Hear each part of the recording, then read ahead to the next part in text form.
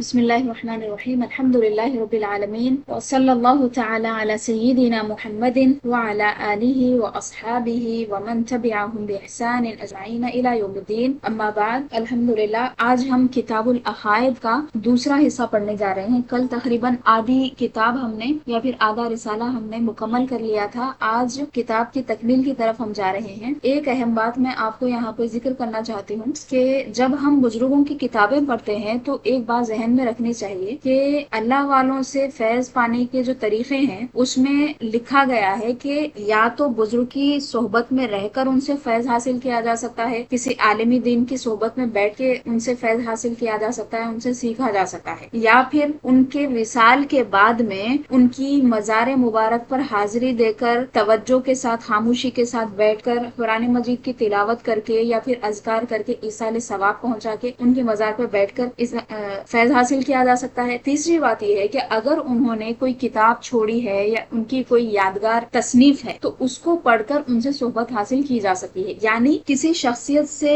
Direct فیض پانے کا، فائدہ حاصل کرنے کا، علم حاصل کرنے کا جو طریقہ ہے اس میں سے ایک بہت ہی اچھا طریقہ ہے ان کی کتاب کو پڑھنے کا۔ دیکھیے آج سے کتنے سال ہو گئے امام بخاری کو گئے ہوئے وصال فرما کے، بڑا زمانہ گزر گیا۔ امام مسلم کا کب وصال ہوا؟ 1000 سال سے زیادہ ہو گئے، ظاہر سی بات ہے، 1200-1300 سال ہو گئے۔ ائمہ صحابہ چلے گئے، بہت بڑا زمانہ گزر گیا۔ امام اعظم ابو حنیفہ 1400 سال ہو گئے، تقریباً 1300 سے زیادہ ہو گئے سال، 150 ہجری میں آپ کا وصال ہوا تھا نا، 1300 سال بولیے۔ پھر امام اعظم کے بعد باقی ائمہ کرام ہیں، امام شافعی ہیں، امام مالک ہے، امام احمد بن حنبل ہے، یہ ائمہ سب گزر گئے، لیکن ان کا فیض ابھی بھی باقی ہے۔ تو کیا پوری دنیا کے لوگ ان کے مزار پہ جا کے فیض حاصل کرتے؟ کیا جن کی سکت ہے، جن کی قوت ہے وہ جا سکتے، سب نہیں جا سکتے، لیکن جو طالب علم ہیں، جو علماء ہیں، وہ ان سے فیض کیسا پاتے؟ ان کی کتابوں سے۔ یہ میں جتنے نام لی سب صاحب کتاب بزرگ، تو ان کی کتابوں سے فیض ملتا ہے۔ تو یہ بات ہمارے ذہن میں رہنا چاہیے کہ ہم جو کتاب پڑھ رہے ہیں ان سے ہم فیض حاصل کر رہے ہیں، ان کی صحبت میں ہم بیٹھے ہوئے ہیں، اور آپ یہ چیز آزما کے دیکھیے، آپ کا خود کا ذاتی ایکسپیرینس رہیں گا یہ کہ آپ جن کی کتاب پڑھ رہے ہیں ان کا فیضان آپ کو مل رہا ہے، ان کی توجہات آپ کو مل رہی ہیں۔ اب فیض پانے کی بات جو میں ابھی کر رہی تھی، امام شافعی کی میں آپ کو مثال دیتی ہوں کہ امام شافعی اتنے بڑے امام ہیں اور امام اعظم ابو حنیفہ کے شاگرد ہوتے ہیں، کیونکہ امام اعظم کے وصال کے بعد اسی وقت پھر امام شافعی پیدا ہوئے، تو آپ کے عظیم شاگرد ہیں امام اعظم ابو حنیفہ رحمۃ اللہ علیہ کے، ایک ہے امام محمد اور ایک ہے امام ابو یوسف، تو امام محمد کے شاگرد ہوتے ہیں امام شافعی۔ تو امام شافعی ایک بڑے مجتہد ہیں، فقیہ ہیں، بہت بڑے محدث ہیں، بڑے لغوی تھے، شاعر تھے، جامع الکمالات شخصیت تھی۔ ایسی بڑی شخصیت جب امام اعظم کے پاس گئے، ان کی مزار پہ حاضری دی، تو انہوں نے کیا کیا؟ امام شافعی کا اجتہاد یہ ہے کہ رفع یدین کیا جائے۔ رفع یدین کا مطلب آپ سمجھتے ہیں، قیام کی حالت میں رکوع میں جانے سے پہلے جو ہاتھوں کو بلند کر کے اللہ اکبر کہا جاتا ہے۔ اب امام اعظم کا جو مسلک ہے، ان کا جو اجتہاد ہے، اس میں رفع یدین نہیں ہے، دونوں کے اپنے اپنے دلائل ہیں، لیکن امام شافعی جیسا بڑا امام، اتنا بڑا مجتہد جب امام اعظم ابو حنیفہ کی بارگاہ میں جاتے تو کیا کرتے تھے؟ کیا کیا انہوں نے؟ رفع یدین نہیں کیا۔ لوگوں نے دیکھا، ظاہر سی بات ہے، ان کے جو ساتھ تھے وہ بھی ائمہ تھے، بڑے بڑے لوگ تھے، علماء تھے، انہوں نے پوچھا کہ آپ اپنے مسلک کے خلاف کیوں کر رہے ہیں؟ تو امام شافعی نے فرمایا کہ مجھے شرم آتی ہے، مطلب انہوں نے ایسے کچھ الفاظ ادا کیے جس سے یہ بات سمجھ میں آئی کہ انہیں امام اعظم کا لحاظ ہے، امام اعظم کے مسلک کے مطابق انہوں نے رفع یدین نہیں کیا۔ تو یہ کیا تھا؟ آپس میں ادب تھا، احترام تھا، اور بزرگوں کی صحبتوں سے فیض پانے کے طریقے تھے یہ۔ تو امام شافعی بھی امام اعظم کی بارگاہ میں حاضر ہوئے، ان کا ادب بجا لائے، تو یہ فیض پانے کے طریقوں میں سے ایک طریقہ ہے ان کی کتاب پڑھنا۔ تو انشاءاللہ ہم امام اعظم کی صحبت سے بھی فیض پانے والے ہیں۔ وہ کیسا؟ امام اعظم کی کتاب ہم پڑھیں گے انشاءاللہ تعالی، الفقہ الاکبر۔ ابھی یہ حضرت سید نعیم الدین مراد آبادی قادری اشرفی رحمۃ اللہ علیہ کی کتاب بھی ہم پڑھنے والے ہیں، آدھی کتاب پڑھ چکے ہیں اور باقی کو ہم مکمل کریں گے۔ بڑے بزرگ تھے، وہ صاحب علم تھے، اللہ تعالیٰ ان کے علم سے ہم سب کو فائدہ پہنچائے، آمین یا رب العالمین۔ ملائکہ کا بہشت اللہ کے ایماندار، مکرم یعنی عزت والے بندے ہیں جو اس کی نافرمانی کبھی نہیں کرتے، ہر قسم کے گناہ سے معصوم ہیں، ان کے جسم نورانی ہے اور وہ نہ کچھ کھاتے ہیں نہ کچھ پیتے ہیں، ہر وقت اللہ تعالیٰ کی عبادت میں ہے۔ اللہ تعالیٰ نے انہیں یہ قدرت دی ہے کہ وہ جو شکل چاہیں اختیار کریں۔ وہ جداگانہ کاموں پر مقرر ہے، بعض جنت پر، بعض دوزخ پر، بعض آدمیوں کے عمل، بعض روزی پہنچانے پر، بعض پانی برسانے پر، بعض ماں کے پیٹ میں بچے کی صورت بنانے پر، بعض آدمیوں کی حفاظت پر، بعض روح قبض کرنے پر، بعض قبر میں سوال کرنے پر، بعض عذاب پر، بعض رسول اللہ صلی اللہ علیہ وآلہ وسلم کے دربار میں مسلمانوں کے درود و سلام پہنچانے، بعض انبیاء علیہ السلام کے پاس وحی لانے۔ ملائکہ کو اللہ تعالیٰ نے بڑی قوت عطا فرمائی ہے، وہ ایسے کام کر سکتے ہیں جسے لاکھوں آدمی مل کر بھی نہیں کر سکتے۔ ان میں 4 فرشتے بہت عظمت رکھتے ہیں، حضرت جبرائیل، حضرت میکائیل، حضرت اسرافیل، حضرت اسرائیل علیہ السلام۔ سوالات: کیا فرشتے دیکھنے میں آتے ہیں؟ ہمیں تو نظر نہیں آتے، مگر جنہیں اللہ چاہتا ہے وہ فرشتوں کو دیکھتے ہیں۔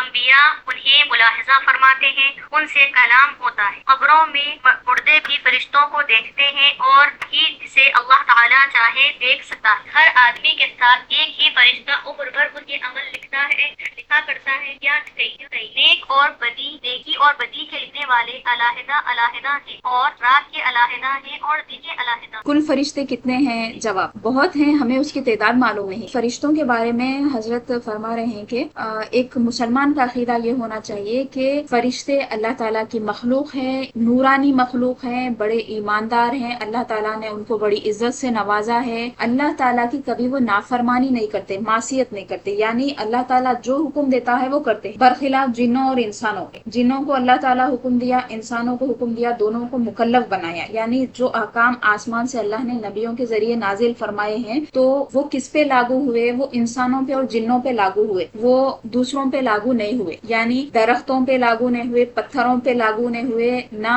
فرشتوں پہ۔ یہ شریعتیں جو اللہ تعالیٰ نے نبیوں کے ذریعے بھیجی ہے، علیہ السلام رسولوں کے ذریعے بھیجی ہے، وہ انسانوں اور جنوں کے لیے ہے۔ یہ کیا کرتے ہیں؟ یہ بعض وہ ہیں جو اطاعت کرتے ہیں اور بعض وہ ہیں جو صرف نافرمانی کرتے ہیں، بعض وہ ہیں جو اطاعت بھی کرتے ہیں، نافرمانی بھی کرتے ہیں، تو الگ الگ قسم کے بندے ہیں۔ لیکن فرشتے وہ ہیں، ایسی مخلوق ہیں جو صرف اللہ تعالیٰ کی اطاعت کرتے ہیں، اللہ تعالیٰ نے جس کام پہ ان کو مامور کیا ہے وہی کام کرتے ہیں، اور ان کی خاصیت یہ ہے کہ وہ کوئی گناہ نہیں کر سکتے، اللہ تعالیٰ نے ان کو گناہ سے پاک رکھا ہے، ان کے اندر نفس نہیں رکھا اللہ تعالیٰ نے، نہ ان کی شادی ہوتی ہے، نہ ان کے بچے ہوتے ہیں، نورانی جسم والے ہیں، وہ نہ کچھ کھاتے ہیں نہ پیتے ہیں، ہمیشہ اللہ تعالیٰ کی عبادت میں مصروف رہتے ہیں۔ تسبیح اور تحلیل یہی ان کی غذا ہے۔ غذا سے مراد یہ ہے کہ جس طرح ہم زندہ رہنے کے لیے کھاتے پیتے ہیں، انسانوں کے لیے کھانا پینا ان کی غذا ہے، تو فرشتے صرف اللہ تعالیٰ کی تسبیح تحلیل کرتے رہتے ہیں، سبحان اللہ، الحمدللہ، لا الہ الا اللہ، اللہ اکبر، یہی ان کا کہنا ہوتا ہے۔ اللہ تعالیٰ نے قرآن مجید میں مختلف جگہوں پہ فرشتوں کی تسبیح کا اور تحلیل کا ذکر کیا۔ تحلیل یعنی لا الہ الا اللہ کہنا، تسبیح یعنی سبحان اللہ کہنا، تکبیر یعنی اللہ اکبر کہنا، تحمید یعنی الحمدللہ کہنا۔ فرشتے وہ ہیں جو تکبر نہیں کرتے۔ سجدے کی آیت ہے، سجدہ آپ لوگوں کو بھی کرنا پڑتا۔ اعوذ باللہ من الشیطان الرجیم، بسم اللہ الرحمن الرحیم، وَلِلَّهِ يَسْجُدُ مَا فِي السَّمَاوَاتِ وَمَا فِي الْأَرْضِ مِن دَابَّةٍ وَالْمَلَائِكَةُ وَهُمْ لَا يَسْتَكْبِرُونَ، یعنی اللہ ہی کی وہ ذات ہے جس کے سامنے جھکتے ہیں، جس کو سجدہ کرتے ہیں تمام آسمان اور تمام زمین، یعنی زمین اور آسمان تمام کے تمام اللہ کے حکم کے فرما بردار ہیں، مطیع ہیں، اللہ کے حکم کے مطابق چلتے ہیں۔ اس کے بعد فرمایا کہ جو بھی اس میں چوپائے ہیں، چلنے والے ہیں، وہ بھی اللہ کا حکم مانتے ہیں۔ پھر فرمایا کہ والملائکہ، اور فرشتے بھی اللہ تعالیٰ کو سجدہ کرتے ہیں۔ وہم لا یستکبرون، یہ فرشتوں کی خاصیت ہے کہ فرشتے تکبر نہیں کرتے، اپنے آپ کو بڑا نہیں سمجھتے۔ فرشتے اللہ تعالیٰ سے بات کیے، لیکن ابلیس کیا کیا؟ اعتراض کیا، تو اللہ تعالیٰ نے ان کی تعریف کی فرشتوں کی کہ والملائکہ، اور ملائکہ سجدہ کرتے ہیں، وہم لا یستکبرون، یہ تکبر نہیں کرتے، اللہ کی بارگاہ میں عاجز رہنے والے ہیں یہ۔ اس کے بعد فرمایا یخافون ربهم من فوقهم ویفعلون ما یؤمرون، یہ جو فرشتے ہیں یہ اپنے رب سے ڈرتے ہیں، خوف کرنے والے ہیں، اللہ تعالیٰ کے حکم کے آگے یہ سرنگو بھی ہیں، اللہ تعالیٰ کا خوف بھی ہے ان کو، اور فرمایا انہیں جو حکم دیا جاتا ہے وہ کرتے ہیں۔ اب یہ جو آیت کا حصہ ہے نا، سورہ نحل کی آیت نمبر 50 ہے، یہ میں 2 آیتیں پڑھی، 49 اور 50، تو اب یہ آیت آپ کو یاد رکھنا ہے، آپ کی دلیل ہے یہ کیا کہ فرشتے، سورہ نحل آیت نمبر 50، یخافون ربهم من فوقهم ویفعلون ما یؤمرون، انہیں جو حکم دیا جاتا ہے وہ کرتے ہیں، جو حکم دیا جاتا کا مطلب اللہ تعالیٰ نے جب فرشتے کو یہ اس بات پہ مقرر کر دیا کہ تمہیں بارش برسانا ہے، وہ بارش برسائے گا، چون چرا نہیں کرے گا۔ انسانوں کی طرح نہیں ہے کہ چاہے تو من میں آیا کرا، من میں آیا نہیں کرا، اللہ تعالیٰ کا خوف اگر غالب آ گیا کر لیا، نہیں تو نہیں کرا۔ عام لوگوں کی طرح یا پھر انسانوں کی طرح ان کا مسئلہ نہیں ہے، جو اللہ تعالیٰ کا حکم آ گیا بارش برسانا ہے برسائے گا، وہ رزق دینے پہ اللہ نے معمور کیا ہے رزق دے گا،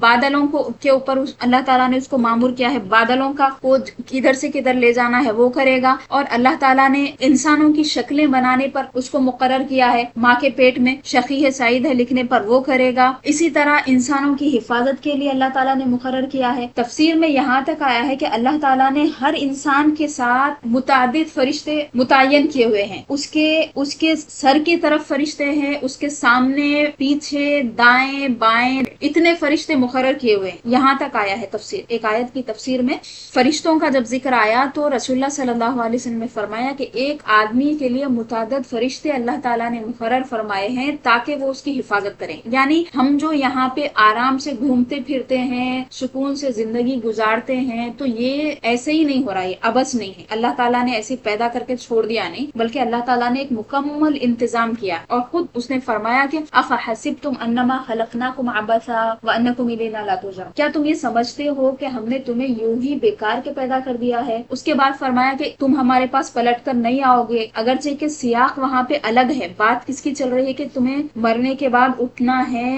اس بارے میں بات چل رہی ہے، لیکن ایک بات یہ بھی سمجھ میں آتی ہے کہ اللہ تعالیٰ نے جو ہمیں پیدا کیا ہے یہ عبث یا بیکار پیدا نہیں کیا ہے، اس کے مقاصد ہیں، اور اللہ تعالیٰ نے ہماری حفاظت کے، ہمارے رزق کے، ہماری خوشی کے ہر قسم کے انتظام اس دنیا میں کر دیے ہیں۔ اس کے بعد اہم بات یہ ہے کہ ہاں بعض فرشتے وہ ہیں جو روح قبض کرنے پہ مقرر ہیں، بعض قبر میں سوال جواب کرنے پہ مقرر ہے، قرآن مجید میں اس سے متعلق آیتیں ہیں، منکر نکیر کے بارے میں احادیث میں تفصیل آئی ہے، ان کی شکل و صورت کے بارے میں بھی بتایا ہے۔ اب آیت جو میں پڑھ رہی تھی اس میں بتانا یہ تھا کہ وَيَفْعَلُونَ مَا يُؤْمَرُونَ، فرشتے جو حکم پاتے ہیں اللہ کی بارگاہ سے وہی کرتے ہیں۔ تو یہاں پہ مشرکین کے اس عقیدے کا رد ہو گیا جو کہتے ہیں کہ اللہ تعالیٰ، اللہ کو وہ اللہ مانتے ہیں، اگر آپ مشرک سے بھی کہہ دیں کہ زمین آسمان کا پیدا کرنے والا کون ہے تو وہ اللہ ہے کہے، لیکن پرابلم یہاں پہ ہوتی ہے کہ وہ اللہ تعالیٰ کے علاوہ دوسروں کو شریک سمجھتے ہیں، وہ کہتے ہیں کہ اللہ تعالیٰ کے ملک کو چلانے والے ہیں فرشتے، اور یہ بعض گمراہوں کے بھی عقیدے، اللہ تعالیٰ نے کام بانٹ کے رکھے ہیں، مطلب اللہ تعالیٰ کے لیے وہ شراکت داری کو یہاں پہ بتاتے ہیں۔ تو یہ آیت دلیل ہے اس بات کی کہ وہ غلام ہیں، اللہ تعالیٰ کے حکم کے تحت ہیں وہ، اور امر کو پا کر کام کرنے والے۔ وَيَفْعَلُونَ مَا يُؤْمَرُونَ، انہیں امر دیا جاتا ہے، اللہ تعالیٰ کا حکم آتا ہے تو وہ اس کے مطابق کام کرتے ہیں، اپنے سے فرشتے نہیں کرتے۔ حضرت یہاں پہ ایک بہت پیاری بات لکھے، عام طور پہ اس ٹائپ کی بات نہیں لکھتے، چونکہ آپ اہل سنہ والجماعت کے بڑے عالم دین تھے، اور قوم کے درمیان جو مسائل چل رہے ہیں اور جو پریشانیاں ہیں، عقائد کے لیے جو مسائل اٹھ رہے ہیں، اس پہ وہ مطلع ہوتے تھے، اس لیے آپ نے یہاں پہ ایک چیز اضافہ کیا اور فرمایا کہ بعض فرشتے وہ ہیں جو رسول اللہ صلی اللہ علیہ وسلم کی بارگاہ میں درود و سلام پہنچانے پہ مقرر، اور یہ چیز حدیث شریف سے ثابت، رسول اللہ صلی اللہ علیہ وسلم نے فرمایا ہے کہ جب بھی کوئی میرا امتی مجھ پر درود بھیجتا ہے تو اللہ تعالیٰ کیا کرتا ہے، فرشتوں کے ذریعے سے وہ درود مجھ تک پہنچاتا ہے۔ ہاں یہ بھی ہے احادیث شریفہ میں کہ اللہ تعالیٰ رد اللہ علیہ روحی فرمایا حضور، اللہ تعالیٰ میری روح مجھ کو واپس پہنچا دیتا ہے، میں وہ درود کو سنتا ہوں۔ الگ الگ احادیث میں الگ الگ باتیں ہیں۔ اب اس سے پہلے کل کے سبق میں ہم نے ایک چیز پڑھی تھی کہ انبیاء کرام علیہ السلام کو موت صرف ایک لمحے کے لیے آتی ہے، ان کی زندگی ہمیشہ کی ہے، جیسا کہ ایک صحابی کو رسول اللہ صلی اللہ علیہ وسلم نے فرمایا کہ اللہ تعالیٰ نے زمین پر یہ حرام کر دیا ہے کہ وہ انبیاء کے جسموں کو کھائے، یعنی اس کے بعد فرمایا کہ نبی اللہ حی یرزق، اللہ کا نبی زندہ ہوتا ہے، باحیات ہوتا ہے، اور انہیں رزق دیا جاتا ہے۔ پھر اس حدیث میں حضور فرما رہے ہیں کہ جب کوئی درود پڑتا ہے تو میری روح میری طرف لوٹا دی جاتی ہے، مطلب یہ علماء نے فرمایا کہ روح لوٹائی جاتی کا مطلب کیا ہوا کہ رسول اللہ صلی اللہ علیہ وسلم زندہ، جیسا کہ دیگر احادیث سے ثابت، کیونکہ کوئی بھی ایک لمحہ ایسا نہیں گیا ہوگا حضور کی وصال کے بعد سے جس میں آپ کی بارگاہ میں آپ کے امتیوں نے سلام نہ بھیجا ہوگا۔ صحابہ کے زمانے سے لے کر آج تک اور قیامت تک بھی یہی ہوتا رہے گا کہ دنیا کے مختلف کونوں میں مختلف اوقات میں ہر کوئی درود و سلام پڑھتا رہے گا، اور اذان میں آوازیں اشہد ان لا الہ الا اللہ اشہد ان محمد رسول اللہ کی بلند ہوتی رہیں گی۔ تو بعض انبیاء،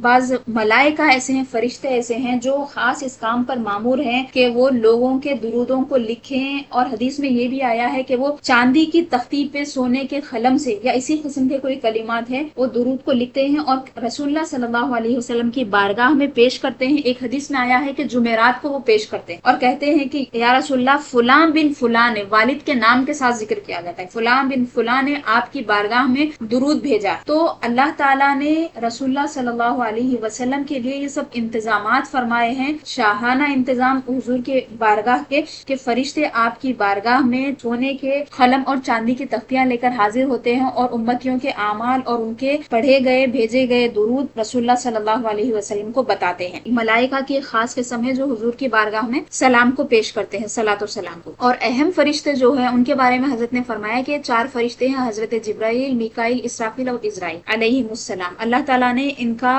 باضابطہ ذکر فرمایا ہے قرآن مجید میں، اور احادیث شریفہ میں بھی اکثر ذکر آیا ہے، اس لیے ان کی کچھ فضیلت زیادہ بڑھ جاتی ہے، اس لیے الگ سے ان کو ذکر کیا. اس کے علاوہ اور بھی دیگر فرشتوں کا نام آیا ہے بعض احادیث مبارکہ. دنیا میں جو کچھ ہوتا ہے اور بندے جو کچھ کرتے ہیں، نیکی بدی، وہ سب اللہ کے علم ازلی یعنی خدا کا قدیم علم جو ہمیشہ سے ہے کے مطابق ہوتا ہے. جو کچھ ہونے والا ہے وہ سب اللہ کے علم میں ہے اور اس کے پاس لکھا ہوا ہے. سوال کیا تقدیر کے موافق کام کرنے پر آدمی مجبور ہے؟ جواب نہیں. بندے کو اللہ تعالیٰ نے نیکی و بدی کرنے پر اختیار دیا ہے، وہ اپنے اختیار سے جو کچھ کرتا ہے وہ سب اللہ تعالیٰ کے یہاں لکھا ہوا. اس سے پہلے جو عقیدہ آیا تھا وہ فرشتوں کے بارے میں تھا. حدیث احسان میں رسول اللہ صلی اللہ علیہ وسلم نے اس کا بھی ذکر فرمایا، فرشتوں پہ ایمان لانے کا بھی ذکر فرمایا، اسی طرح تقدیر کا بھی ذکر فرمایا، اور فرمایا کہ والقدر خیرہ و شرہ من اللہ. حضرت جبریل علیہ السلام نے جب ایمان کے بارے میں پوچھا کہ ایمان کیا ہے، تو حضور اکرم صلی اللہ علیہ وسلم نے جواب میں جن جن امور کا ذکر کیا ہے اس میں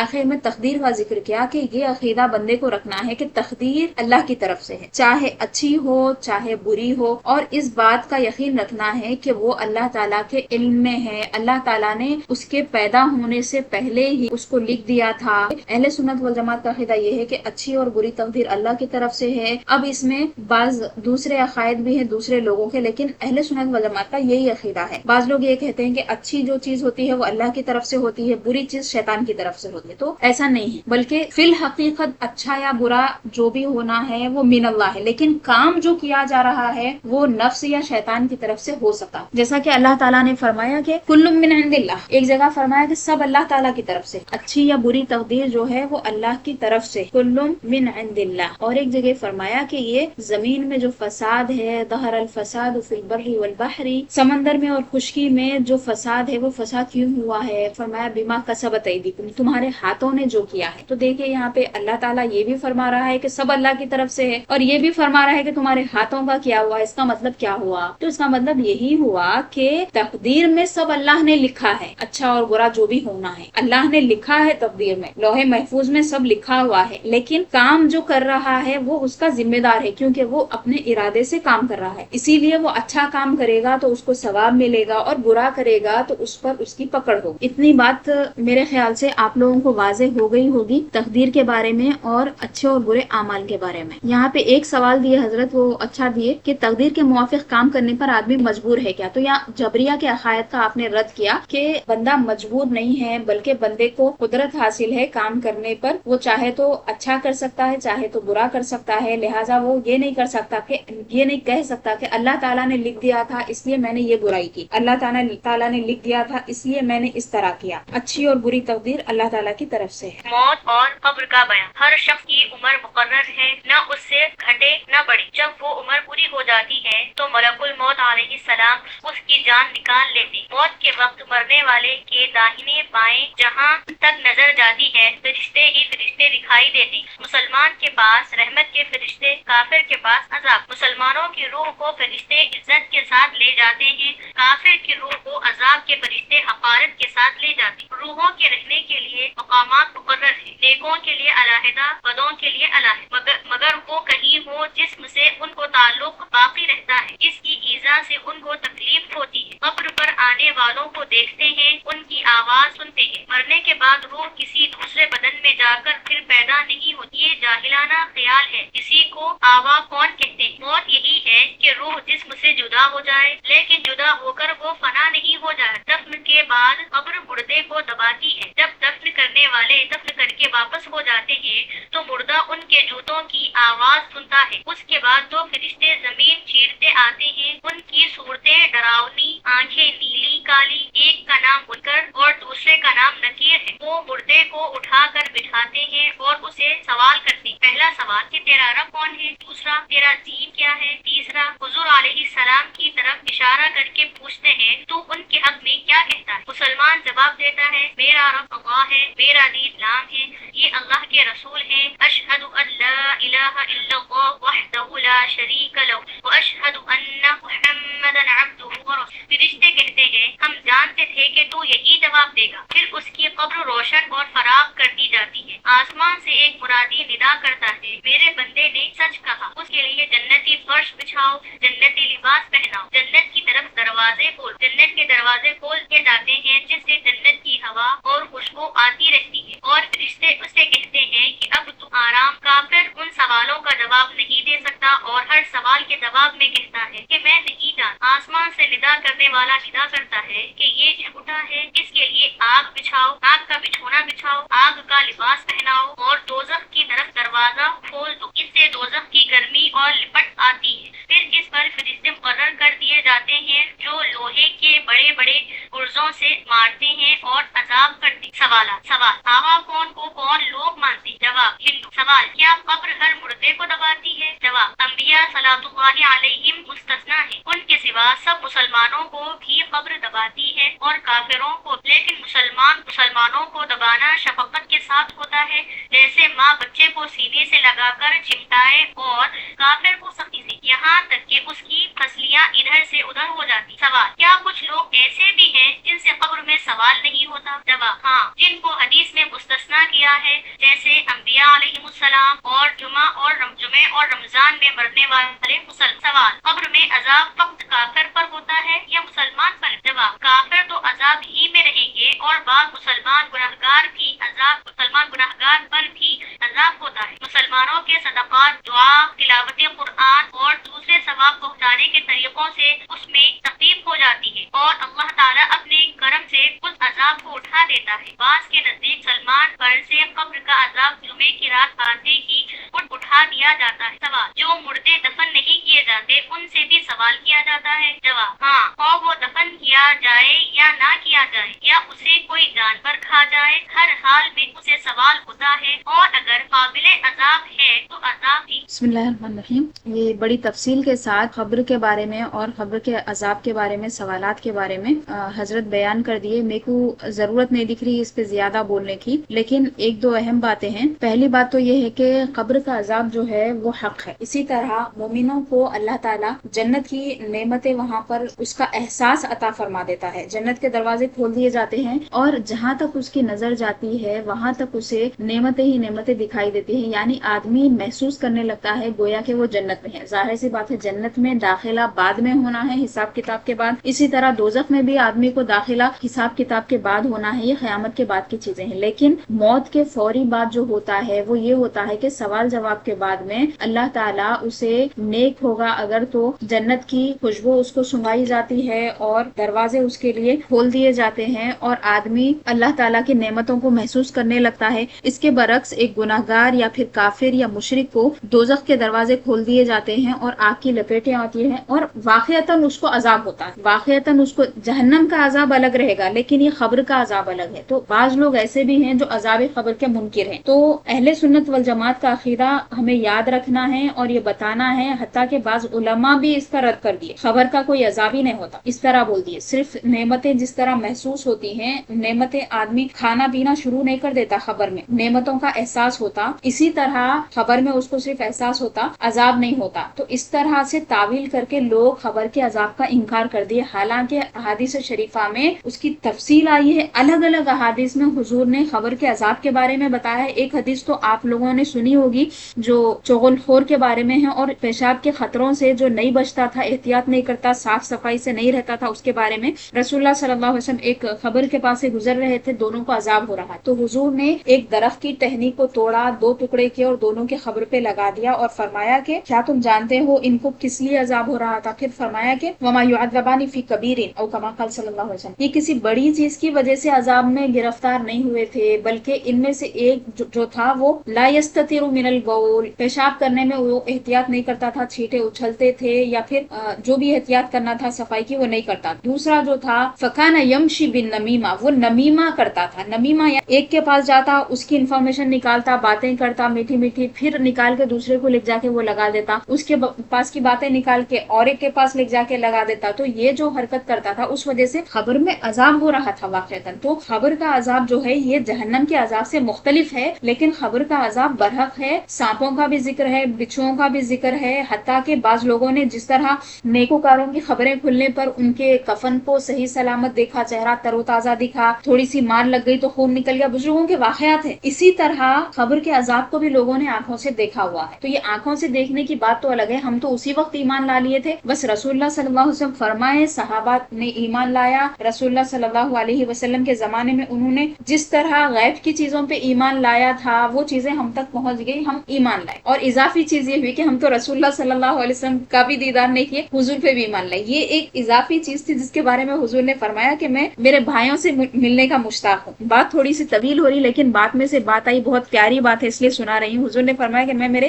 بھائیوں سے ملنے کا مشتاق ہوں، اخوانی فرمایا، یہ حضور کی کرم نوازی تھی۔ صحابہ نے عرض کیا یا رسول اللہ اوا لسنا اخوان، کیا ہم آپ کے بھائی نہیں ہیں؟ حضور نے فرمایا تم تو میرے اصحاب ہو، میرے بھائی میرے اخوان وہ ہوں گے جو میرے بعد آئیں گے، جنہوں نے مجھے دیکھا بھی نہیں ہوگا، مجھ پہ ایمان لائیں گے، ان میں سے ہر ایک نہیں فرمایا، ان میں سے بعض یہ چاہتے ہیں یود احدہم فرمائے، ان میں سے کوئی یہ چاہتا ہے کہ وہ اپنی تمام کی تمام جمع پونجی، اگر اس کے پاس زمین بھر کے دولت ہوتی تو وہ تمام کی تمام لٹا دیتا، اس کے بدلے کہ وہ ایک بار مجھے دیکھ سکے، مجھ سے مل سکے، صلی اللہ تعالی علیہ وسلم۔ تو رسول اللہ صلی اللہ علیہ وسلم نے ہمیں جب یہ عقیدہ دے دیا، حضور نے بتا دیا تو کافی ہے، بس یہ مثالیں جو تھی خبر کی، لوگ بعد میں دیکھے نہیں دیکھے اس سے لینا دینا نہیں ہے، بس یہ کیا ہے ایمان کو تقویت پہنچانے والی چیزیں ہیں۔ تو عذاب خبر برحق ہے، اسی طرح ایک مومن کو جنت کی راحت دی جاتی ہے خبر میں، یہ بھی برحق ہے۔ اور ایک اہم عقیدہ آپ نے تراجع کا بتایا، یعنی پلٹ پلٹ کے پیدا ہونا، جیسے بولتے کہ پہلے جنم میں کیا تھے، بعد کے جنم میں یہ ہوں گے، یہ سب کافروں کی چیزیں ہیں، مشرکین کی چیزیں ہیں، مسلمانوں کا ایسا کوئی عقیدہ نہیں ہے۔ لیکن خرابی یہ آ گئی کہ عامت المسلمین جو ہے وہ سیریلز دیکھ دیکھ کے،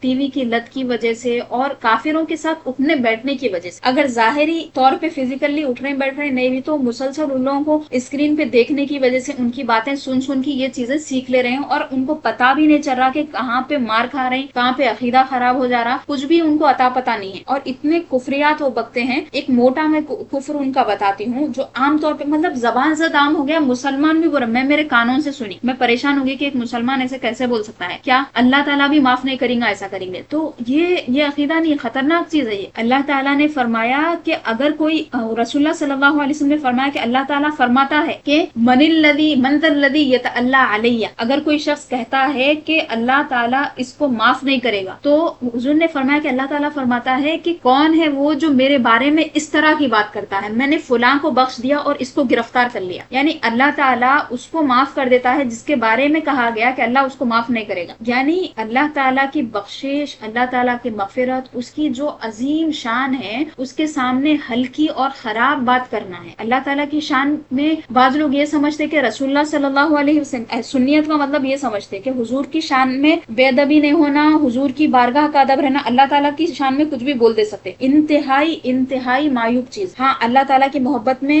آدمی زیادہ رہتا، کبھی کبھی شکایت کے احساسات اس کے دل میں آتے، حالانکہ یہ محمود نہیں ہے، پسندیدہ نہیں ہے، لیکن رسول اللہ صلی اللہ علیہ وسلم کی بارگاہ کا انتہائی قسم کا ادب سکھایا گیا، آواز بھی بلند نہیں کرنا ہے، چھوٹی سی چھوٹی توہین یا بے ادبی کفر ہے، لیکن اللہ تعالیٰ کی بارگاہ کے آداب بھی سیکھنے اور سکھانے کی ضرورت۔ ہمارا اگلا درس ہوگا، میں نے آپ کو بتایا کہ کورس ہونے کے بعد میں جو الگ الگ عقائد پہ ایک لیکچر ہمارا ہوگا تفصیلی انشاءاللہ 1 سے 2 گھنٹے کا، اس میں پہلا جو رہے گا وہ رسول اکرم صلی اللہ علیہ وسلم کے فضائل و خصائص اور آپ کی بارگاہ کے آداب کے بارے میں ہم بات کریں گے، چونکہ یہ آداب مفقود ہو گئے۔ ہم میں سے اکثر لوگوں کو، عوام الناس کو معلوم نہیں ہے بات کیسا کرنا ڈھنگ نہیں ہے. جب حضور پاک صلی اللہ علیہ وسلم کا نام آ رہا ہے، نام اٹھا کے لے لے رہے ہیں. بچوں کو یہ نہیں سکھا رہے ہیں کہ اس کے بعد صلی اللہ علیہ وسلم بولنا ضروری ہے، اس پہ کیا وعید آئی ہے بچوں کو نہیں بتا رہے. حضور نے فرمایا کہ اگر میرا ذکر کیا جائے اور درود نہ پڑے کوئی، تو فرمایا کہ وہ بخیل ہے، کنجوس ہے فرمایا. اور فرمایا کہ جس مجلس میں کوئی بیٹھے اور اس سے اٹھ جائے اور مجھ پر درود نہ پڑے، تو وہ مردار میں جس طرح بدبو آتی ہے اس سے بری بو ہوتی ہے اس مجلس کی، فرشتے دور ہو جاتے. تو ہم بات یہ کر رہے تھے کہ اللہ تعالیٰ کے بارے میں اور ہمارے یہ جو عقائد ہم پڑھ رہے ہیں اس کے بارے میں جاننا اس لیے ضروری ہے تاکہ ہم روزمرہ کی بول چال میں بھی احتیاط کر. چونکہ جو باتیں باہر سے آ رہی ہیں ہمارے معاشرے میں نہیں تھی، وہ مسلمانوں میں نہیں تھی. کوئی مسلمان یہ نہیں بول سکتا کہ اللہ تعالیٰ بھی معاف نہیں کرتا آپ کو، کسی کی ہمت ہی نہیں ہوتی. ان کے جملے ہیں یہ بھگوان بھی معاف نہیں کرے گا، یہ نہیں ہوگا. تو وہ چیزیں ہمارے پاس آ گئی. یہ انتہائی خطرناک ہے، کفریہ جملے ہیں، اللہ کی شان میں بے ادبی ہے. یہ تراجو ابدان کی بات چل رہی تھی، تو تراجو جو ہے اگلا جنم، پچھلا جنم، یہ سب واہیات باتیں ہیں. عقیدے کا جب مسئلہ ہے تو احتیاط کی ضرورت ہے. مذاق میں بھی نہیں بولنا ہے اگلے جنم میں ایسا ہوں گا، وہ پیدا ہونا ہے، یہ بننا ہے. بالکل یہ باتیں کرنا ہی نہیں ہے جو کفار و مشرکین کی باتیں. اب یہ جو سوالات کی بات ہے، 3 سوالات کا ذکر آیا ہے حدیث شریف میں. رب کے بارے میں سوال ہوگا، دین کے بارے میں سوال ہوگا، اس کے بعد رسول اکرم صلی اللہ علیہ وسلم کی بارگاہ، رسول اللہ صلی اللہ علیہ وسلم کی ذات مبارک کے بارے میں سوال کیا جائے گا کہ ما کنت تقول فی حق هذا الرجل محمد، تم اس ذات مبارک محمد صلی اللہ علیہ وسلم کے بارے میں کیا کہا کرتے. حضور کے بارے میں پوچھا جائے گا. اب مومن جو ہوگا وہ تو جواب دیتا جائے گا، لیکن جو کافر ہوگا وہ کہے گا، پریشان ہو جائے گا، دنیا میں مانا نہیں تھا اب کیا جواب دے گا، کہے گا ہاں لا ادری، ہائے، پریشان ہو جائے گا، واویلا مچائے گا. اب وہیں سے اس کا کام شروع ہو جائے گا. فرشتے گرز لے کے رہیں گے، اس پہ عذاب اسی وقت شروع ہو جائے گا. اللہ تعالیٰ سے دعا ہے کہ ہمیں قبر کے عذاب سے محفوظ رکھے. حضرت سیدنا عثمان بن عفان رضی اللہ تعالی عنہ کے بارے میں یہ روایت ملتی ہے کہ آپ جب بھی قبر کے پاس سے گزرتے تو اتنا روتے کہ دیکھنے والا پریشان ہو جاتا، رحم آ جاتا. ایک مرتبہ کسی نے پوچھ لیا کہ آپ کے سامنے جب جہنم کا ذکر ہوتا ہے اور عذاب کا ذکر ہوتا ہے تو یہ کیفیت نہیں ہوتی، لیکن قبر کی وجہ سے یہ کیفیت کیوں ہوتی؟ آپ نے فرمایا کہ یہ پہلی منزل، یہ آخرت کی منزلوں میں سے پہلی منزل ہے. دنیا یہاں پہ ختم ہو رہی، آخرت شروع ہو رہی. تو یہ منزل میں اگر کامیاب ہو گیا بندہ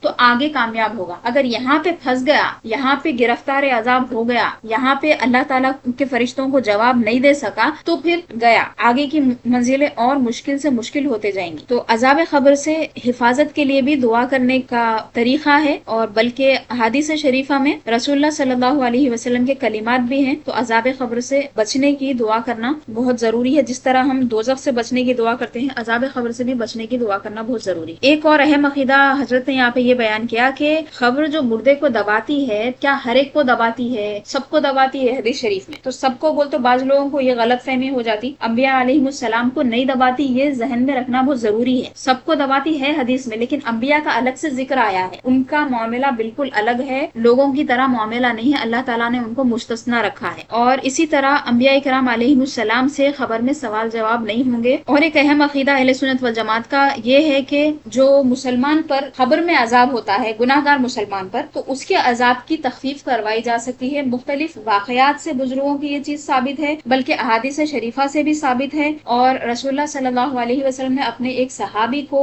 اس بات کی اجازت دی کہ وہ اپنی والدہ کے لیے ایصال ثواب کریں اور کنواں کھدوائیں. اور حضور نے فرمایا کہ جب آدمی مر جاتا ہے تو سب چیزیں اس سے منقطع ہو جاتی ہے سوائے 3 چیزوں کے. 3 چیزوں میں سے کیا فرمایا حضور نے؟ ایک ولد صالح جو اس کے لیے دعا کرے. اب آپ بتائیں کہ ولد صالح جب دعا کر سکتا ہے، اور رسول اللہ صلی اللہ علیہ وسلم نے جب فرمایا کہ یہ چیز منقطع نہیں ہوئی بلکہ متصل ہے، جڑی ہوئی ہے. آدمی مر گیا لیکن بیٹا جو نیک چھوڑ کے گیا ہے وہ اس کے لیے دعا کر رہا. وہ آدمی کچھ بھی تھا، وہ شرابی تھا، وہ دنیا کا بڑا گناہگار تھا، لیکن بیٹا اس کا نیک تھا. تو بیٹا دعا کرے گا تو باپ کو اس کی دعا لگیں گی. یہ اللہ تعالیٰ کے طریقے ہے، اللہ تعالیٰ کی شان ہے.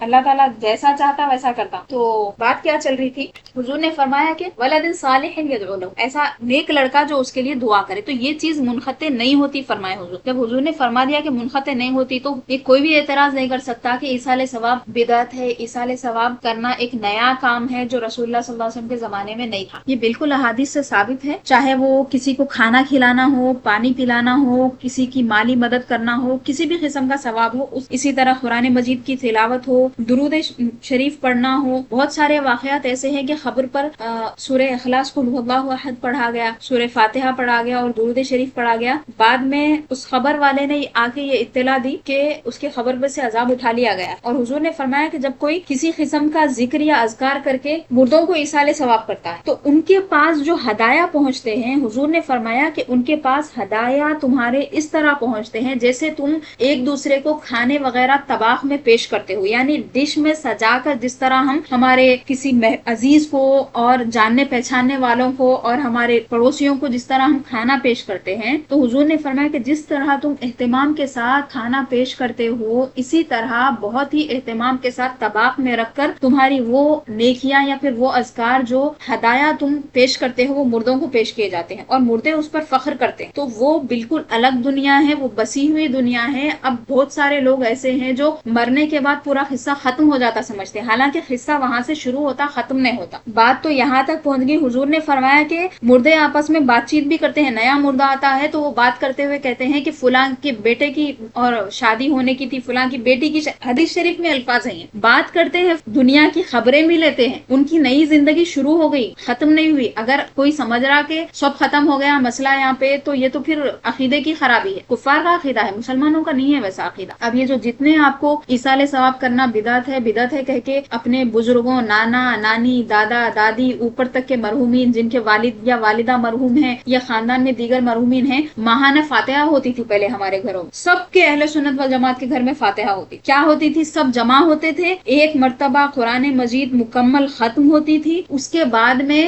دیکھیے قرآن مجید ختم کرے سب کو تو اپنا اپنا ثواب مل گیا. آپ کو اگر اعتراض ہے تو آپ نہ آئے، لیکن دوسروں کو روکنے کی کیا وجہ ہے؟ کسی کو اعتراض ہے تو اس کو ہی ہٹا دینا چاہیے. لیکن ہمارے لوگ کمزور پڑ جاتے، عمل ہی کرنا چھوڑ دیتے. اب تو سال میں ایک بار بھی فاتحہ ہو گئی تو بڑی بات ہو جا رہی. 12ویں 11ویں ختم ہو گیا، اسی پہ مسئلہ ختم ہو گیا. پہلے ہر مہینہ ہوتی تھی. کیا؟ دادا کی فاتحہ، دادی کی فاتحہ. فاتحہ کیا ہوتی تھی؟ کھانا وانا پکتا تھا. ظاہر سی بات ہے خاندان میں بھی بہت سارے لوگ محتاج ہوں گے، ان کو کھانا کھلانا. حضور نے بار بار فرمایا کہ کھانا کھلاؤ کھانا کھلاؤ. سب سے بہترین چیز کیا ہے اسلام میں؟ صحابی نے پوچھا ای الاسلام افضل؟ حضور نے فرمایا اطعموا الطعام وافشوا السلام. کھانا کھلاؤ اور سلام کو پھیلاؤ. تو کھانا بھی کھلاتے ہیں ہم، ایصال ثواب کی جو مجلس ہوتی ہے. پھر کیا کرتے ہیں؟ قرآن مجید بھی پڑھا جاتا ہے یا بعض لوگ آیت کریمہ پڑھتے ہیں، اور اتنا جو ذکر ہوتا ہے اس کا جو ثواب ہے ہم ہماری میت کو پہنچا دیتے ہیں. تو یہ ولد صالح کام کرتا ہے. ولد صالح میں صرف بیٹا ہے کیا؟ نہیں، بیٹا بھی ہے، بیٹی بھی ہے، پوتا بھی ہے، پوتی بھی ہے، نواسا بھی ہے، نواسی بھی ہے. پھر نیچے تک اگر چل رہا ہے وہ سلسلہ سب اس میں شامل ہے. تو حضور نے جب فرما دیا کہ ابن آدم سے اس کے تمام عمل منقطع ہو جاتے ہیں سوائے 3 چیزوں کے، اور اس میں فرمایا کہ ولد صالح یدعو لہ، ایک نیک بیٹا جو اس کے لیے دعا کرتا ہے. تو جب نیک بیٹا دعا کر رہا، ایصال ثواب کر رہا، تو بدعت کہہ کے اس کو روک دینا یہ کتنا صحیح ہے؟ آپ اس پہ غور کریے. اگر آپ کے پاس اس قسم کی مجالس ہوتی تھی، آپ اس کو روک دیے، تو پھر سے اس کو جاری کریے. بزرگ ہمارے تحفوں کے منتظر ہوتے ہیں. کسی کے پاس تحفہ آتا ہے تو دوسرے مردے اس کو دیکھتے ہیں کہ اس کے پاس یہ تحفہ آیا، اور جس کے پاس تحفہ آتا ہے وہ دوسروں پہ فخر کرتا ہے. یہ سب احادیث مبارکہ کا میں خلاصہ آپ کو بتا رہی ہوں. الحمدللہ. تو یہ اہم ٹاپک تھا، تو اس پہ تھوڑا سا بات کرنا ضروری دکھا تو میں اتنا بول دی. اور ایک اہم بات حضرت نے یہ فرمایا کہ آدمی کسی بھی طرح مرا ہو، نیچرل موت مرا، بیمار ہو کے مر گیا، یا پھر اس کو کوئی قتل کر دیا، کوئی ٹکڑے کر کے 25 جگہ پھینک دیا، اس کی راکھ بن گئی، انہیں جل گیا، اس کو جانور کھا لیا، پانی میں ڈوب گیا، جو بھی ہوا جس بھی طرح مرا، لیکن اللہ تعالیٰ اس کو جمع کرے گا، ایک جگہ جمع کرے گا، اس میں روح ڈالے گا، اور جو معاملات ہونا ہے وہ ہو جائیں گے. کسی بھی انسان کو اس سے چھٹکارا نہیں ہے، ہر آدمی کو اس سے گزرنا ہے. ان کی کہیں نہ کہیں ذہن میں یہ بات رہتی ہوگی، جو جلا کے راکھ بنا کے اڑانے کا جو ان کے پاس طریقہ ہے، اس میں ایک بات یہ بھی ہو سکتی کہ اس کا وجود باقی نہیں رہے، وجود کو ختم کرنے کے لیے بھی کرتے ہوں گے. اللہ تعالیٰ نے فرمایا، یہ آیت مبارکہ بھی یاد رکھیے آپ کہ ایحسب الانسان ان لن نجمع عظامہ بلا قادرین علی ان نسوی بنانہ. اللہ اکبر. فرمایا کہ کیا انسان یہ سمجھتا ہے کہ ہم اس کی ہڈیوں کو جمع نہیں کریں گے؟ ہڈیوں کی بات کی پہلے، ہڈیاں اصل گوشت تو اوپر سے چڑھایا گیا نا. فرمایا کہ کیا انسان یہ سمجھتا ہے کہ ہم اس کی ہڈیاں جمع نہ کریں گے؟ اس کے بعد فرمایا بلا قادرین علی ان نسوی بنانہ. کیوں نہیں، ہم تو اس بات پر قادر ہیں کہ اس کے انگلیوں کے جو پور ہیں اس کو بھی جمع کریں. یعنی سب سے باریک ترین چیز جو ہے انگلیوں کے جو پور ہیں، یہ جو فنگر پرنٹس ہے، اس کے بارے میں فرمایا ہم اس کو بھی جمع کریں گے. ہر انسان کے الگ الگ ہے، اللہ تعالیٰ سب کے جمع کر دے. صرف ہڈیوں کو جمع نہیں کرے گا، پورا مکمل انسان، اس کے فنگر پرنٹس کے ساتھ، اتنی بھی اس میں کمی نہیں ہے۔ تو اللہ تعالیٰ کے علم کی باریکی کو سمجھیے، اللہ تعالیٰ کے علیم ہونے کو سمجھیے۔ سبحان اللہ، اب ایسے موقع پہ بولا جاتا ہے، اللہ تعالیٰ کی شان ایسے موقع پہ بیان کی جاتی ہے۔ تو اللہ نے کیا فرمایا سورہ قیامت کی 3 اور 4 آیت میں، کیا انسان یہ سمجھتا ہے کہ ہم اس کی ہڈیوں کو جمع نہیں کریں گے؟ بلا، کیوں نہیں، بلکہ ہم اس بات پر قادر ہیں کہ اس کے پوروں کو بھی جہاں کا وہاں برابر کر کے لگا دیں۔ اس کے بعد فرمایا انسان تو کہیں نہ کہیں دل میں اس کے ہے، یہ کافر ہے، مشرک ہے، مگر دل میں یہ ہے کہ اللہ تعالیٰ جمع کرے گا، ہڈیوں کو پھر سے اٹھا دے گا۔ پھر فرمایا بل یرید الانسان لیفجر امامہ، انسان تو یہ چاہتا ہے کہ اللہ کے سامنے ہی فسق و فجور کرے، یعنی اللہ تعالیٰ کی بارگاہ کا اس کو ادب ہے نا، حیا۔ بل یرید الانسان لیفجر امامہ۔ حشر کا بیان، جیسے ہر چیز کی ایک عمر مقرر ہے، اس کے پورے ہونے کے بعد وہ چیز فنا ہو جاتی ہے، ایسے ہی دنیا کی بھی ایک عمر اللہ کے علم میں مقرر ہے، اس کے پورا ہونے کے بعد دنیا فنا ہو جائے گی، زمین، آسمان، آدمی، جانور، کوئی بھی باقی نہ رہے گا۔ اس کو قیامت کہتے ہیں۔ جیسے آدمی کے مرنے سے پہلے بیماری کی شدت، موت کے سکرات، ندا کی حالت ظاہر ہوتی ہے، ایسے ہی قیامت سے پہلے علامات، قیامت کی نشانی، قیامت کے آنے سے پہلے علم اٹھ جائے گا، عالم باقی نہ رہیں گے، جہالت پھیل جائے گی، بدکاری اور بے حیائی زیادہ ہوگی۔ اب یہ ایک علامت جو ہے نا، دیکھیے اب ایک بار آپ ریڈنگ کر رہے ہیں نا، سب لوگ اپنے طور پہ اس کو الگ سے پڑھیے، ایک بار یہ چیزیں یاد رکھیے ذہن میں۔ یہ جو علامتیں ہیں نا، یہ علامتوں کو دیکھتے جائیے، بعض علامتیں چھوٹی ہیں، بعض علامتیں بڑی ہیں۔ چھوٹی علامتوں میں سے زیادہ تر علامتیں ظاہر ہو گئی ہیں، بڑی علامتیں ابھی ہونا باقی ہیں۔ تو اس میں زیادہ تشریحات نہیں کروں گی، کیونکہ یہ مباحث ہم پھر بعد میں پڑھیں گے، دوسری کتاب میں ہم تھوڑی سی پھر تشریحات کریں گے۔ عورتوں کی تعداد مردوں سے بڑھ جائے گی، بڑے دجال کے سوا 3 دجال اور ہوں گے، ہر ایک ان میں سے نبوت کا دعویٰ کرے گا، باوجود یہ کہ نور پر نور سید الانبیاء محمد مصطفیٰ صلی اللہ علیہ وآلہ وسلم پر نبوت ختم ہو چکی۔ ان میں سے بعض دجال تو گزر چکے، جیسے سیلمہ کذاب، اسود عنسی، مرزا علی محمد باپ، مرزا علی حسین بہاؤاللہ، مرزا غلام احمد قادیانی، بعض اور باقی ہیں، وہ بھی ضرور ہوں گے۔ مال کی کثرت ہوگی، عرب میں کھیتی، باغ، نہریں ہو جائیں، دین پر قائم رہنا مشکل ہوگا، وقت بہت جلد گزرے گا، زکات دینا لوگوں کو دشوار ہوگا، علم کو لوگ دنیا کے لیے پڑھیں گے، مرد عورت کی اطاعت کریں گے، ماں باپ کی نافرمانی زیادہ ہوگی، شراب نوشی عام ہو جائے گی، نااہل سردار بنائے جائیں گے، نہر فرات سے سونے کا خزانہ کھلے گا، زمین اپنے دفینے اگل دے گی، امانت غنیمت سمجھی جائے، مسجدوں میں شور مچیں گے، فاسق سرداری کریں گے، فتنہ انگیزوں کی عزت کی جائے گی، گانے بجانے کی کثرت ہو، پہلے بزرگوں پر لعن طعن ہو کریں گے، گھوڑے کی نوک اور جوتے کے تسمے باتیں کریں گے، دجال اور دابت الارض اور یاجوج ماجوج نکلیں گے، حضرت امام مہدی رضی اللہ تعالیٰ عنہ ظاہر ہوں گے، حضرت عیسیٰ علیہ السلام ظہور فرمائیں گے، آفتاب مغرب سے طلوع ہوگا اور توبہ کا دروازہ بند ہو جائے گا۔ سوالات: دجال کس کو کہتے ہیں؟ اس کے نکلنے کا حال بیان فرمائی۔ جواب: دجال مسیح کذاب کا نام، اس کی ایک آنکھ ہوگی، وہ کانا ہوگا، اور اس کی پیشانی پر کاف الف فا را یعنی کافر لکھا ہوگا، ہر مسلمان اس کو پڑھے گا، کافر کو نظر نہ آئے گا، وہ 40 دن میں تمام روئے زمین میں پھرے گا، مکہ شریف اور مدینہ شریف میں داخل نہ ہو سکے گا۔ ان 40 دن میں پہلا دن 1 سال کے برابر ہوگا، دوسرا 1 مہینے کے برابر ہوگا، تیسرا 1 ہفتے کے برابر ہوگا، اور باقی دن معمول کے دنوں کے برابر ہوں۔ دجال خدائی کا دعویٰ کرے گا، اور اس کے ساتھ ایک باغ اور ایک آگ ہوگی، جس کا نام وہ جنت اور دوزخ رکھے گا، جو اس پر ایمان لائے گا اس کو وہ اپنی جنت میں ڈالے گا، جو در حقیقت آگ ہوگی، اور جو اس کا انکار کرے گا اس کو اپنی جہنم میں داخل کرے گا، جو واقع میں آسائش کی جگہ ہو، بہت سے عجائب دکھائے گا، زمین میں سبزہ اگائے گا، آسمان سے مینا برسائے گا، مردے کو زندہ کرے گا۔ ایک مومن ایماندار صالح دن اس طرف توجہ اور ان سے دجال کی سپاہی کہیں گے، کیا تم ہمارے رب پر ایمان نہیں لاتے؟ وہ کہیں گے کہ میرے رب کے دلائل چھپے ہوئے نہیں ہیں۔ پھر وہ ان کو پکڑ کر دجال کے پاس لے جائیں گے، دجال کو دیکھ کر فرمائیں گے، اے لوگوں، یہ وہی دجال ہے جس کا رسول کریم صلی اللہ علیہ وآلہ وسلم نے ذکر فرمایا ہے۔ دجال کے حکم سے ان کو جدوں کو مار پیٹ کیا جائے گا۔ پھر دجال کہے گا، کیا تم میرے پر ایمان نہیں لاتے؟ وہ فرمائیں گے، تو مسیح کذاب ہے۔ دجال کے حکم سے ان کا جسم مبارک سر سے پاؤں تک چیر کے 2 حصے کر دیا جائے گا، اور ان دونوں حصوں کے درمیان دجال چلے گا، پھر کہے گا اٹھ، تو وہ تندرست ہو کر اٹھ کھڑے ہوتے، تب ان سے دجال کہے گا تم مجھ پر ایمان لاتے ہو؟ وہ فرمائیں گے میری بصیرت علم اور زیادہ ہو گئی، اے لوگوں یہ دجال میرے بعد کسی کے ساتھ پھر ایسا نہیں کر سکتا۔ پھر دجال انہیں پکڑ کر تباہ کرنا چاہے گا اور اس پر قادر نہ ہو سکے، پھر ان کے دست و ہاتھ پاؤں پکڑ کر اپنی جہنم میں ڈالے گا۔ لوگ گمان کریں گے کہ ان کو آگ میں ڈالا، مگر در حقیقت وہ آسائش کی جگہ۔ سوال: دابۃ الارض کیا چیز ہے؟ جواب: دابۃ الارض ایک عجیب شکل کا جانور ہے جو کوہ صفا سے ظاہر ہو کر تمام شہروں میں نہایت جلد پھرے گا، فصاحت کے ساتھ کلام کرے گا، ہر شخص پر ایک نشانی لگائے گا، ایمانداروں کی پیشانی یعنی ماتھے پر عصائے موسیٰ علیہ السلام سے ایک نورانی خط یعنی لکیر کھینچے گا، کافر کی پیشانی پر حضرت سلیمان علیہ السلام کی انگشتری یعنی انگوٹھی سے کالی مہر کرے گا۔ سوال: یاجوج ماجوج کون ہیں؟ جواب: یہ یافس بن نوح علیہ السلام کے اولاد میں سے فسادی گروہ ہیں، ان کی تعداد بہت زیادہ ہے، وہ زمین میں فساد کرتے تھے، ایام یعنی زمانہ ربیع میں نکلتے تھے، سبزہ زرع نہ چھوڑتے تھے، آدمیوں کو کھا جاتے تھے، جنگل کے درندوں اور وحشی جانوروں، سانپوں اور بچھوؤں کو کھا جاتے تھے۔ حضرت سکندر ذوالقرنین نے آہنی یعنی لوہے کی دیوار کھینچ کر ان کی آمد بند کر دی۔ حضرت عیسیٰ علیہ السلام کے نزول کے بعد جب آپ دجال کو قتل کر کے بحکم الہی مسلمانوں کو کوہ طور پر لے جائیں گے، اس وقت وہ دیوار توڑ کر نکلیں گے اور زمین میں فساد اٹھائیں گے، قتل و غارت کریں گے، اللہ تعالیٰ انہیں حضرت عیسیٰ علیہ السلام کی دعا سے ہلاک کرے گا۔ سوال: حضرت امام مہدی رضی اللہ تعالیٰ عنہ کا کچھ حال بیان فرمائیے۔ جواب: حضرت امام مہدی رضی اللہ تعالیٰ عنہ خلیفۃ اللہ ہیں، آپ حضور نبی کریم صلی اللہ علیہ وآلہ وسلم کی آل یعنی اولاد میں سے حسنی سید ہوں گے۔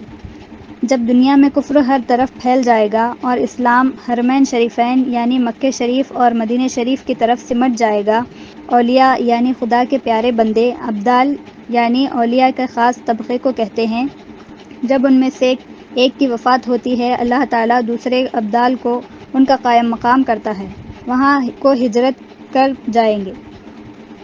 ماہ رمضان میں ابدال کعبہ شریف کے طواف میں مشغول ہوں گے، وہاں اولیاء حضرت امام مہدی رضی اللہ تعالیٰ عنہ کو پہچان کر ان سے بیعت کی درخواست کریں گے۔ آپ انکار فرمائیں گے، غیب سے ندا آئے گی، ھذا خلیفۃ اللہ المہدی فاسمعوا لہ واطیعوا۔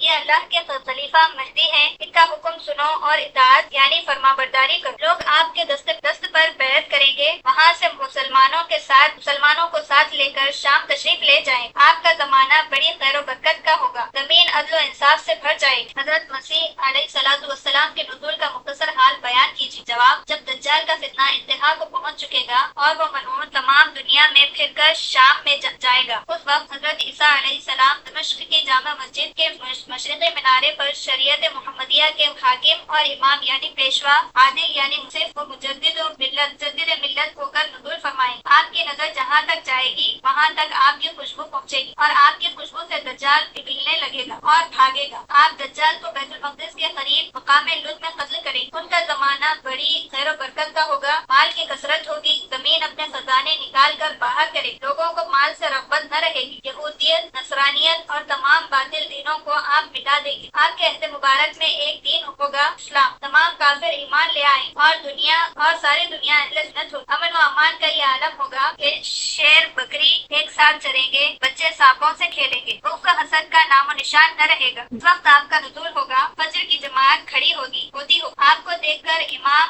آپ سے امامت کی درخواست کریں گے، آپ انہیں اپنی کو آگے بڑھائیں گے اور حضرت امام مہدی اللہ تعالیٰ عنہ کے پیچھے نماز ادا فرمائیں گے۔ ایک روایت میں ہے کہ حضرت عیسیٰ علیہ السلام نے حضور سید انبیاء صلی اللہ علیہ وآلہ وسلم کی شان و صفت اور آپ کی عظمت کی عزت و کرامت دیکھ کر امت محمدی میں داخل ہونے کی دعا کی۔ اللہ تعالیٰ نے آپ کی دعا قبول کی اور آپ کو وہ بقا عطا فرمائی کہ آخر زمانے میں امت محمدیہ کے امام ہو کر نزول فرمائے۔ آپ نزول کے بعد برسوں دنیا میں رہیں گے، نکاح کریں، پھر وفات پا کر سور سید انبیاء صلی اللہ علیہ وآلہ وسلم کے پہلو میں خون ہوں۔ آفتاب کے مغرب سے طلوع ہونے اور دروازہ توبہ کے بند ہونے کی کیفیت بیان فرمائی۔ جواب: روزانہ آفتاب بارگاہ الہی میں سجدہ کر کے اس میں یعنی اجازت چاہتا ہوتا ہے تب طلوع ہوتا ہے۔ قریب قیامت جب دابۃ الارض نکلے گا، حسب معمول آفتاب سجدہ کر کے طلوع کی اجازت چاہے گا، اجازت نہیں ملے گی اور حکم ہوگا کہ واپس جا، تب آفتاب مغرب سے طلوع ہوگا اور نصف آسمان تک آ کر لوٹ جائے گا اور جانب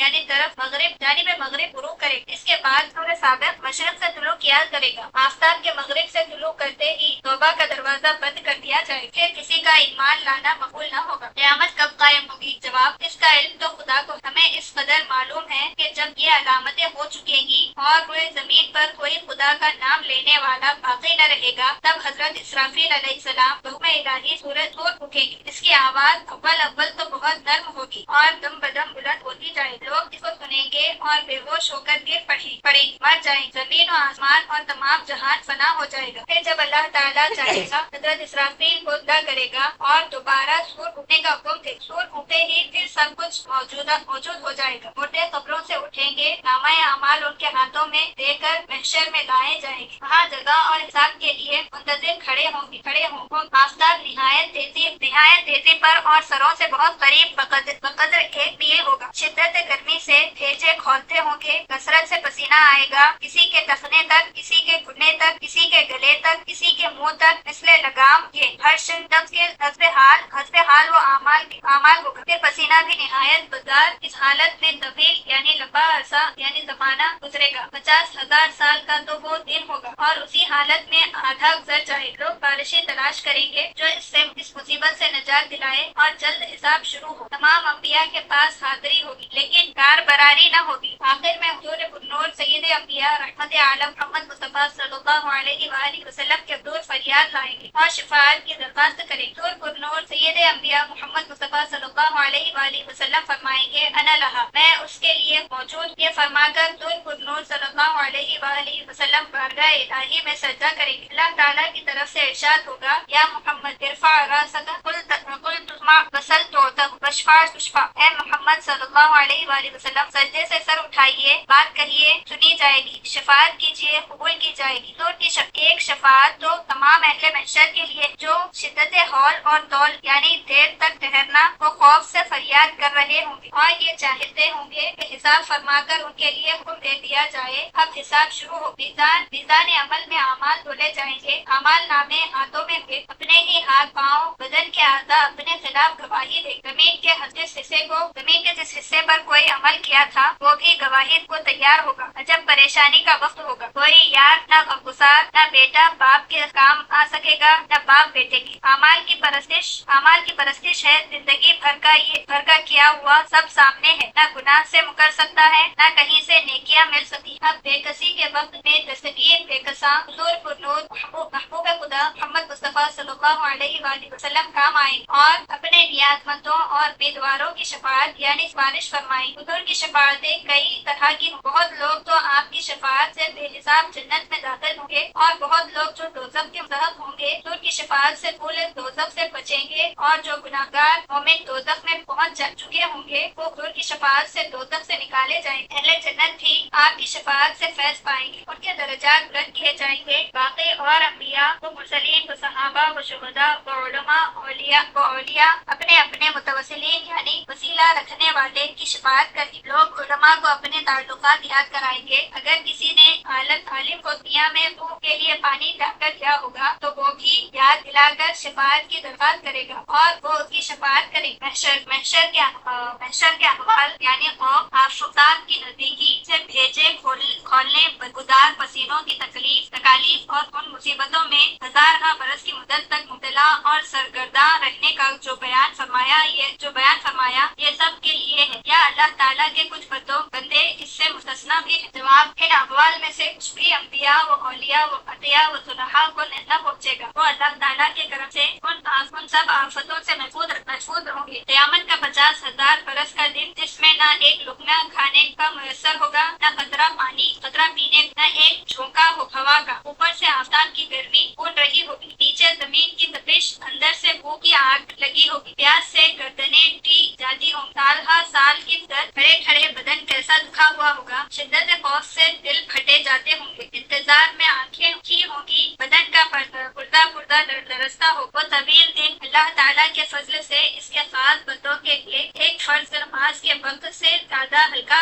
اور آسان ہوگا۔ الحمدللہ رب العالمین۔ ماشاء اللہ، تو یہ بیان پورا ختم ہو گیا، حساب سے کل پڑھنا پڑتا، اور حضرت پوری تفصیل یہاں پہ بیان فرما دیے۔ کوئی چیز اگر سمجھ میں نہیں آئی تو آپ پوچھیے، کیونکہ آپ احادیث مبارکہ کے پورے خلاصے اور آیات مبارکہ بھی یہاں پہ ساتھ میں آتے جاری۔ ظاہر سی بات ہے کہ یہ جو پوری تفصیل ہے نا قیامت کے دن کی، اور جتنی تفاصیل آپ یہاں پہ بیان کیے اکثر احادیث مبارکہ میں ہے، اسی طرح قیامت کی جو علامتیں بیان کرے وہ بھی تمام کی تمام احادیث میں موجود ہے۔ ایک ایک جملہ اس میں سے، اس کی تشریح کرنے کی ضرورت میرے کو اس لیے نہیں پڑی، آپ کو بس اتنا بتا رہی ہوں میں کہ یہ ذہن میں رکھیے کہ آپ جو بھی لکھ رہے ہیں نا وہ یا تو قرآن ہے یا حدیث، اس سے ہٹ کے کچھ بھی نہیں ہے، سب باتیں 100% درست ہیں، اور یہ سب چیزیں یاد رہنا ہے، یاد دلانا ہے، ذہن میں رہنا۔ اس کو تو آپ بچوں کو یاد دلائیے اور سمجھائیے ان لوگوں کو، دوبارہ بھی ایک مرتبہ آپ لوگ خود پڑھ لیجئے۔ شفاعت کا بھی بہت پیارا اچھا ذکر کرے حضرت۔ یہاں پہ رک جائیں گے اپن لوگ، انشاءاللہ کل یہاں سے شروع کریں گے حساب کا بیان۔